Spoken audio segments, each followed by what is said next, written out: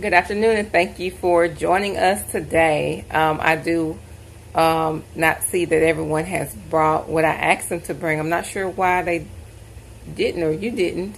I did ask for everyone to bring a legal pad. I see that only 2 people were able to bring that. And I don't know why the rest of you all couldn't follow my directions. I don't know.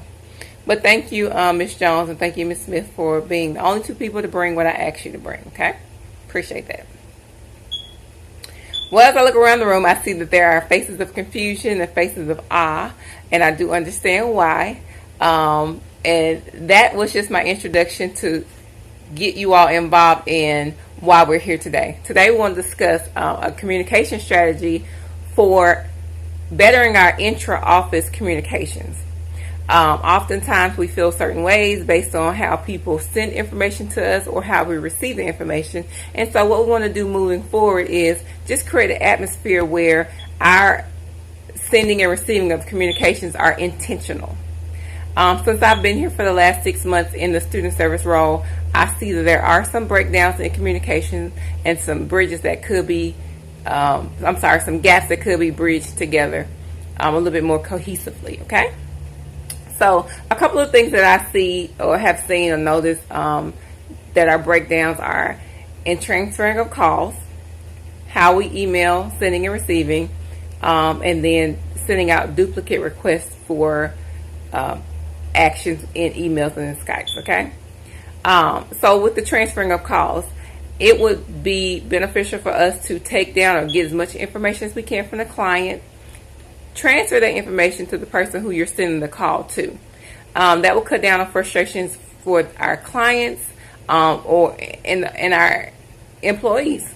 So if a student doesn't have to explain for a second, a third, or fourth time why they're calling, and then the person who receives the call doesn't have to, figure out why the person is on the phone, it will make it just a little bit easier in that transition, okay? With the emails, sometimes we send out emails and we're not responding to them quick enough. We don't see them. We don't say, hey, we're working on them. But just to communicate to the person who's sending, I got this, that will be helpful in being more efficient and more effective, okay? Also, same thing with Skypes.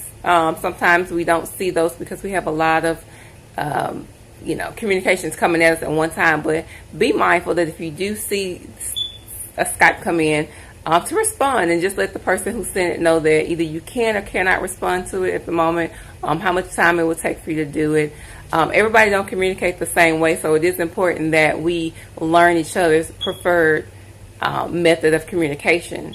In addition to that, sometimes there are multiple requests being sent out, so you send them on campus to one person and maybe again to another person, or either off campus to another person to be completed, and it creates a problem when you have people taking time out their day doing items that don't need to be done. So the best practice for that is going to be to, if you have multiple people working on one project or one item, let the 2 people know, okay?